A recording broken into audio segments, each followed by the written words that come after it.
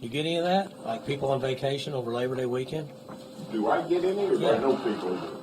Both. They send me pictures. Like yesterday, I'm up here. Sunday and Monday for me is a really, really long day. And I'm in here, and they'll send me pictures of their feet, like on a pontoon boat. And you can see the lake and, like, whatever, you know. But anyway, I'm glad you guys are. You guys moved the season up so early. Yeah, we should. With all the other changes, we should vote for a post-Labor Day weekend start, and then we could all have Labor Day weekend. Like, you've never had a Labor Day weekend, right? Not since the 80s. You worked. The 80s doesn't even count. That's so far back. Okay, questions, guys. Whatever you want. I want to be able to get to all you guys. So fire away. You kind of wrote last night the Justin Wright stuff. Wright put out on Twitter, I thought I was out for the season, then found out I'll be back for week 5.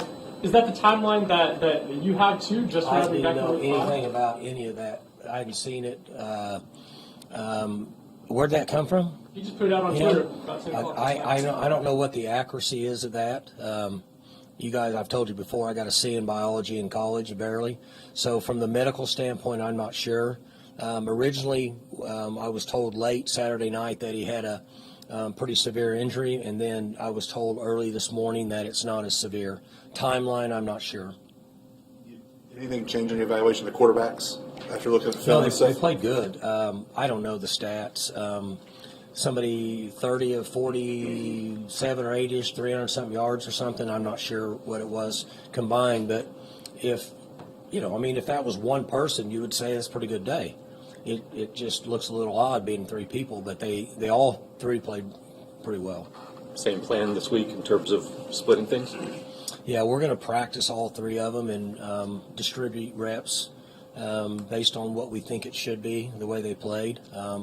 Mentally, I should have checked this, but it might have been as effective and as efficient mentally, the combination of the 3 of them, than we've ever had a combination of 1 in a game that maybe wasn't a blowout.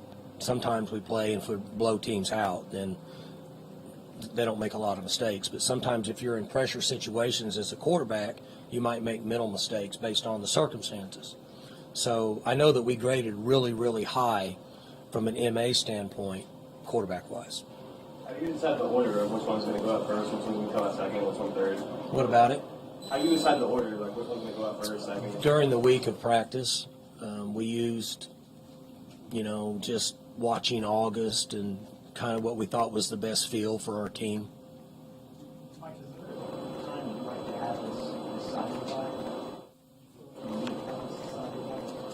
I don't know anymore. I'm just going off what I hung my hat on from day 1 of August was to distribute reps throughout practice and watch guys and let their performance in practice tell us what to do on game day. And then what I shared with you guys for the last 3 weeks is I want them to get on the field and play and let their play decide what we do moving forward.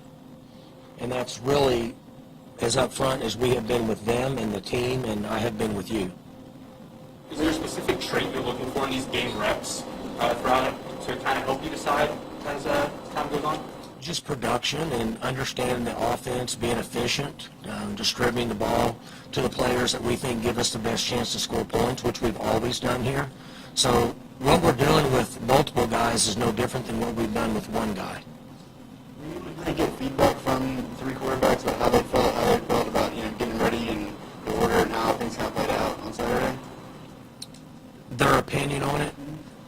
No, they haven't come to me with that. I have not heard of them coming to Coach Rattay or Dunn. Now, I have had discussions with them in a very diplomatic, calm, adult way about things, and they have asked kind of what's the plan, where are your thoughts, so on and so forth, and I shared with them exactly what I've shared with you, is that you individually, I have not sat down with the 3 of them in a room and had a discussion, but sometimes they will come by and I've had a discussion with them. And the best thing to do is always tell them the truth and be upfront and honest, which I have, which is the same thing that I've shared with you guys. I want to put you on the field and I want you to play, and then we'll decide moving forward what we think is best. We were just fortunate in this game. They all played good. You mentioned after the game you need to identify who you are and move in that direction. After watching the tape, do you feel more comfortable with who you are? Have you found anything out there? No, but I think we know the direction we need to go to become who we are, and I hope we're right. So what I did like is this. We blocked better in the second half, and our running backs ran aggressive when they knew we were going to run the ball, and we had to have them step up and make plays. We didn't get that last year, so that's a plus. Did we run the ball good enough? No, we didn't. So I don't want to build it up like we did. But defensively, there's some things that we felt like could happen in this game. They did. I told you that. I was worried about tackling.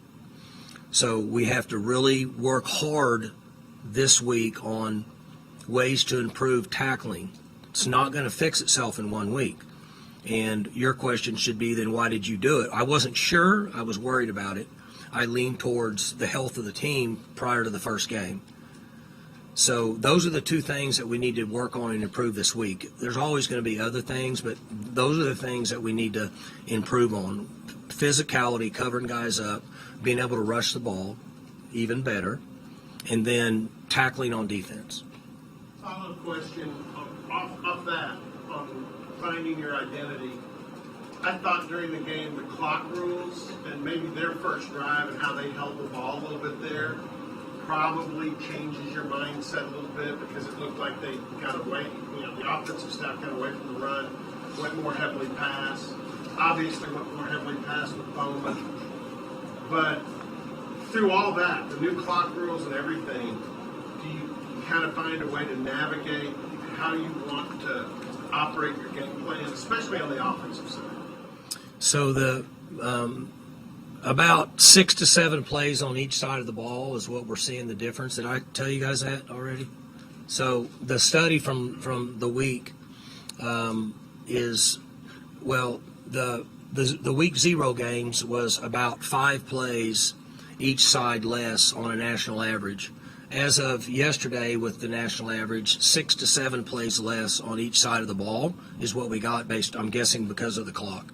Now, we had 85 plays because we played faster, and then we had a number of times when we stopped them and were 3 and out off the field pretty quick. I would like to think that their first drive wouldn't influence us as much play calling, but I'm not going to say that in the brain of the guy that's calling plays, it very well could have influenced him, based on when you're an offensive guy calling plays, you don't like to see the clock run because you want to run a lot of plays. So it very well could have. Did the clock rules, I've never seen you that I remember win the toss and take the ball. Did that influence you there at all? We wanted to try to establish some things offensively in this game, and we had talked to our team about that throughout the August, and so that's why we took the ball. Mike, I've seen teams platoon quarterback. Jim Harbaugh did it to start the year, I think, last year. I've never seen anybody do 3. Where'd you hatch that idea? Just having 3? What made you do it? You know of anybody that's ever done it? How'd you come up with your plan to split the game reps, all those kind of things? I don't know of anybody that's ever done 3, and I haven't paid real close attention. I did mention to Harbaugh, I mentioned to you guys about Harbaugh from a year or 2 ago, where I think he rotated 3 guys, like per game. I'm not sure, I can't remember, but so when we started in August, we looked for the players that we felt like could practice well enough to help us in the game. And I should have counted, I think we used 11 transfer or portal players in this game. Maybe I missed a couple, somewhere in that area. So, as you know, from doing this 100 years, it's unusual that you use 10 to 12 players that are mature players that play in the first game that have never been in your program. And tied in with that, with what we did years ago with COVID, the way we practice, the new portal rules, the NIL, all the things that are going on, and to trying to keep our players viable and mentally into the concepts. Like, it was interesting last week, somebody sent me an article on Alabama with Coach Saban, who didn't release a depth chart or starting lineup for the first time ever in his career, right? And did you guys see the follow-up on it of why? He said, he told his guys, like you guys, to me, that, and I didn't read this, I was told this, that he said one of the worst days of his year is when he releases depth charts and he sees at practice the players that get affected by that, because whether we like it or not, you get your head. When you get bad news, you don't practice as well. So with all of these things going on, I told the staff that if we have guys at any position, the quarterback gets a lot of attention, that have practiced well enough, and if they're a mature player that has come to our program based on they want to get on the field and play, we give them that opportunity. Or it could do two things. One, it could really hurt our chances later as we have to use the portal, and we're all going to be using the portal whether we like it or not. And two, if we shelf a kid before we ever let him get on the field and play, how do we really know, and is it fair to that young man? And I just kind of look at it as myself as a dad of a player. How would I justify that to somebody's mom or dad that your son came here and he never actually got a chance to get on the field and play, and even though in practice he deserved it? And that's when I told the guys a month ago, look, anybody that practices well enough to give us a chance to win, they're going to play in the games. And then at that point, we'll decide what direction we have to go from there. We just happened to have 3 guys that practiced well enough, in my opinion, that gave us a chance to play well enough to win the game. There wasn't really a thought process. And the division of the thirds didn't come in my mind until about last Thursday, because I didn't know what to do. This is new to me. So I put it off. You know, things we don't like to do, like you don't want to mow the yard. You just keep putting it off. Well, I didn't want to do it because it's not something I was comfortable with. We really didn't make that decision until last Thursday. Just to clarify, Gunner bringing you home the way he did at the end of the game Saturday night doesn't give him any kind of advantage going into this week in terms of doing what he did on game night. I would say that he earned some stripes. What advantage that gives him with the other ones? The other guys played good also. And I'm being honest with you. Yes, I think he earned stripes with people involved. The quarterback's a high-profile position, as you know, so everybody has an opinion on it, more so than the other positions that people don't really notice. Bowman, we kind of knew what Bowman was. We didn't know who he would be for us, but we kind of knew what he was. I've had a good feel about Rangel for a while based on what I see in practices. And then Gunner had a really good August and allowed himself a chance to play. If Gunner wouldn't have played well in August, Gunner wouldn't have played. Okay? So when he got in the game, I think that he earned some stripes with the team, because you have to play in a game and do well to earn stripes with the team and compete. That's just a fact. I don't care what the sport is. So to answer your question, I'm not sure how we'll distribute those reps in the game. We need to watch this week's practice. Guys need to practice well. They need to be attentive. They need to be watching video. They need to have a good feel for Arizona State. They need to put time and effort in. Garen, one thing that we get out of this is competition always raises level of practice. We all know that. And I remember years ago, Pete Carroll told me that at USC had a huge advantage because he had such good players on defense. They practiced hard, almost in a scrimmage setting every day. And if guys didn't play hard, he just put another one in that was almost just as good. And he said those guys fought every day just to play in the games. So we were a much better team because guys competed every day in practice. So that is one advantage with this. You had said last week or in the press conference before that game you were going to play multiple quarterbacks. In review, did you see where UCA, at least when I look back on it, it looked like defensively they kind of changed their posture and they played each of the quarterbacks a little different? They had a plan for what they thought was best based on who we played, in my opinion. Those guys did a good job coaching. I'm not so sure they didn't coach better than we did in the game. I'm just being honest with you. Head coach to assistants and me as a head coach and our assistants, their concepts, plans, what they wanted to do to us were pretty good, and I gave them credit for that.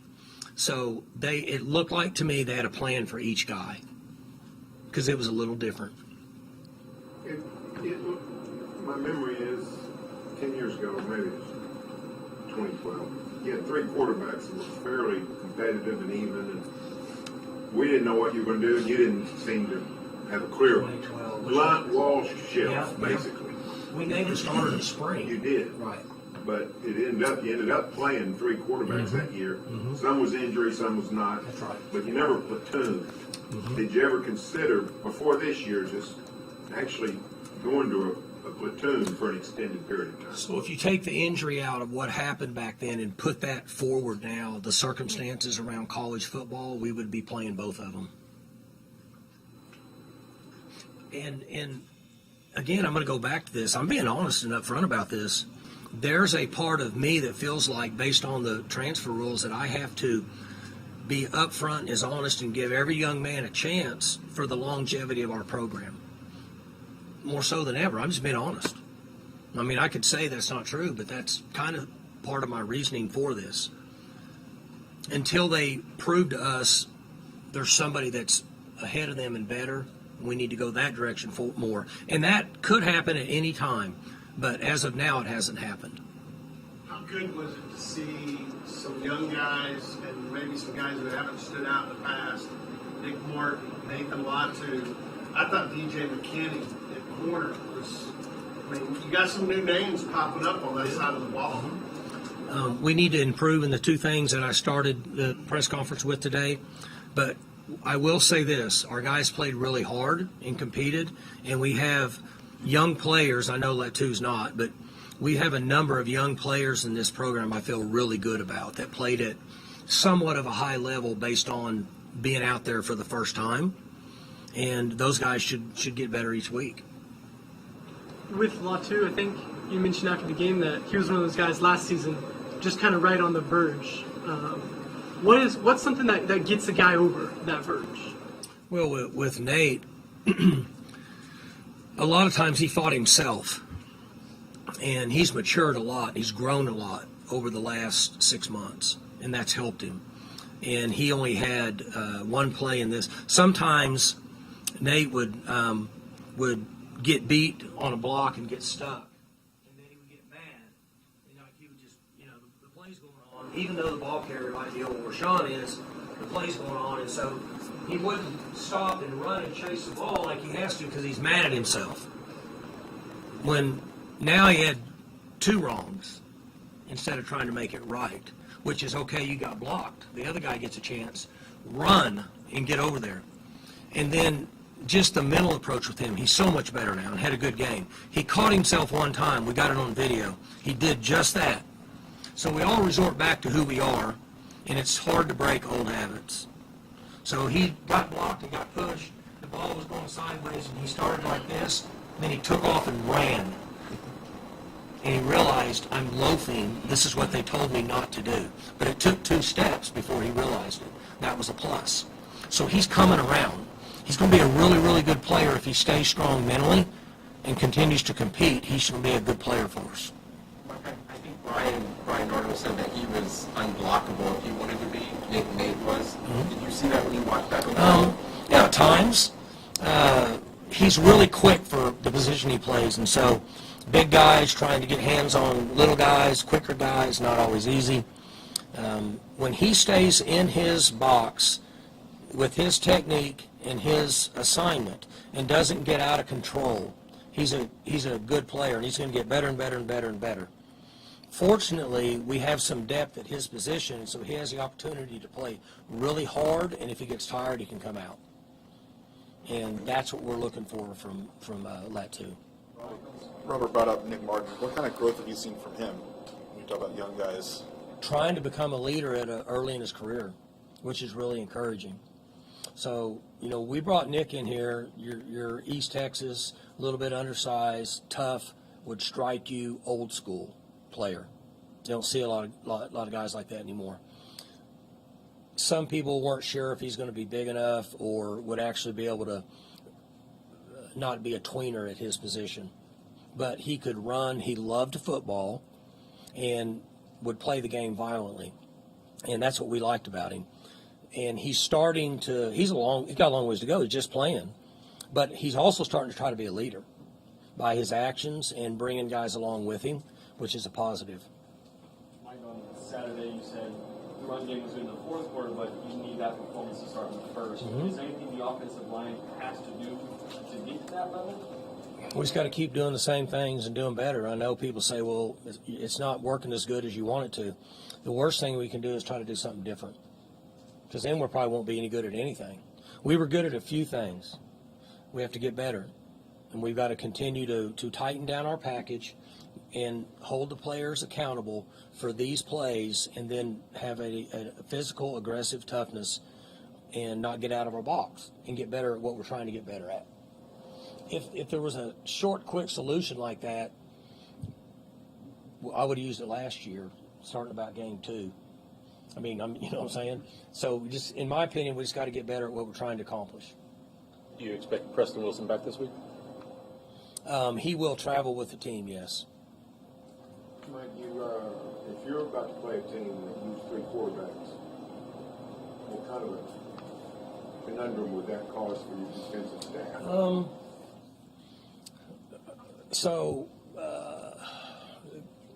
I'm guessing that Central Arkansas went back and watched Bowman years ago, and then they had Rangel to watch from last year and had Gunner to watch from last year, would be my guess. They might, some coordinators, based on their style of defense, might say, I mean, we're going to play what we play, do whatever. Some of them might feel like they tried to pressure Gunner because they, young guy, hadn't had a lot of reps. We'll see if he can do whatever. Not as much with Bowman because they figure that he's seen it a ton. So I don't really know how it would affect him. If you went off the last game, they would probably be a little more concerned of defending the run with Gunner than they would be the other guys. But I wouldn't know other than that. What have you seen from Arizona State after their first game?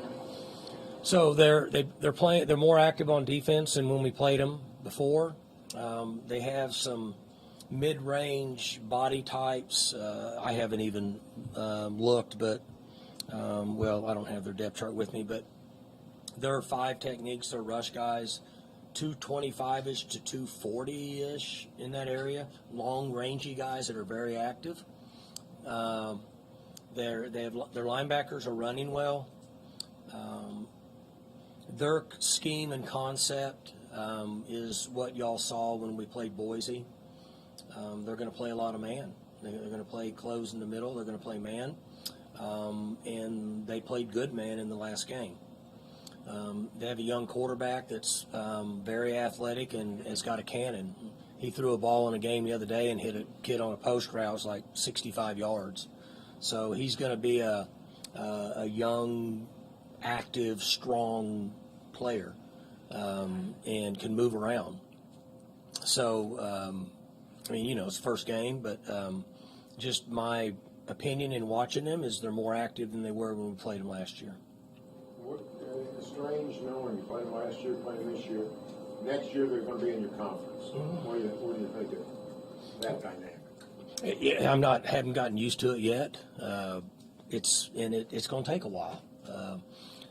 And I hate to admit this, but I was in there chewing the offense's ass out, the offensive staff, and I said, I'm just telling you, when we play TCU, it's going to be the same way if they do this. And they said, Coach, we don't play TCU.